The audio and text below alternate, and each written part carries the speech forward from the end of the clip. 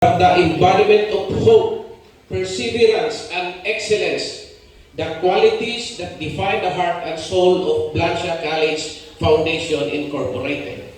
Today, we celebrate Miss Jellyby Basi-Basi, top 10 passer of the Philippine Nursing Licensure Examination. Jellyby, your name will be spoken in this campus for generations.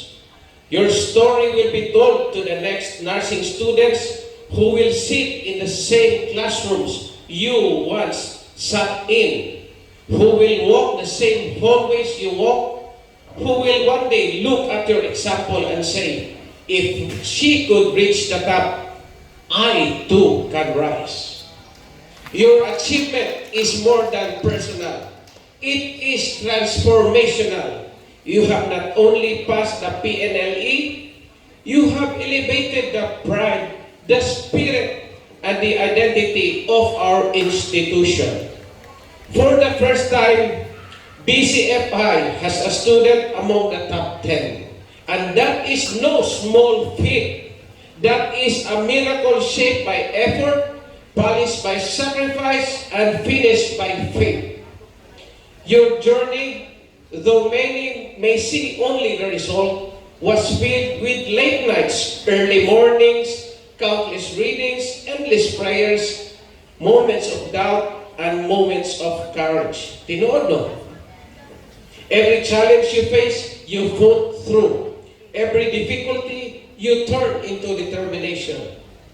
And now, you stand before us as a symbol of what is possible when the human spirit refuses to give up. But today is not only about celebrating you. It is also about celebrating every person who walked with you on your journey. To the faculty of the nursing department, headed by Ma'am Nida Grace Arcayos, and to the assistant dean, si Ma'am Darlene, nga kamuta na nakita din ako ning atong mga clinical instructors kay magkuyo gini sa Buanga del Sur Medical Center. Puro gini sila kugihan. Bahala na i-stricta sila, pero tanawa. Tungkol siguro sa pagka-stricta nila, unsay ato ang nakuha karon. Okay. Again, to the faculty of the nursing department, you are the quiet heroes behind the victory. You guided her, pushed her, corrected her, believed in her, and invested your wisdom and your heart. This triumph is also the fruit of your tireless labor and your unwavering commitment to shaping competent, compassionate, world-class nurses. To the parents and family members of all the board passers, congratulations. Your sacrifices, your patience, your prayers, your constant encouragement, this form the foundation on which their dreams will build. To our students here today, look at Jellyby and take courage. Let her story awaken something in you. Her success is not meant to intimidate you, but to inspire you. It proves that excellence is not reserved for the few. It is available to those who dare to strive, who choose discipline over comfort, who refuse to settle for good enough. Let her achievement remind you, your background does not limit you. Your dreams do not have to stay dreams. With effort, faith, and resilience, you can create a future that once seemed impossible.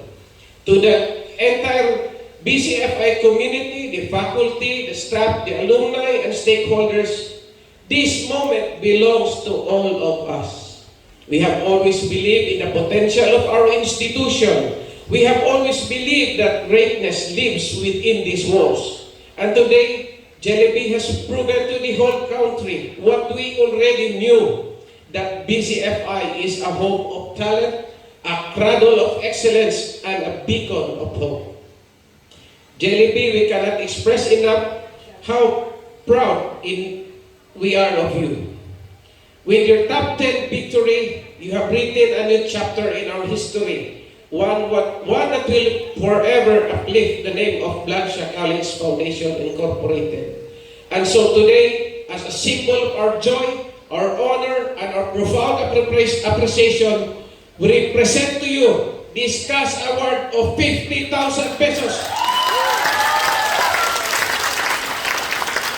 It is not simply a prize, it is a message. A message that says thank you for believing in our institution. May I call on the board of directors to accompany our CEO.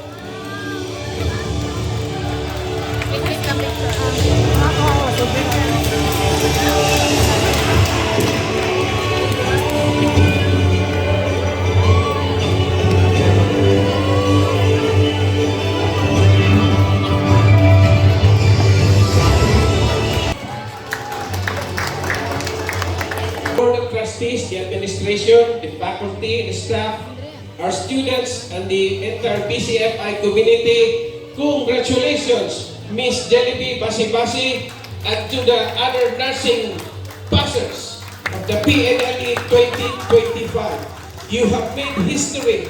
You have lifted our spirits. You have made us proud beyond words. Thank you once again. Good morning.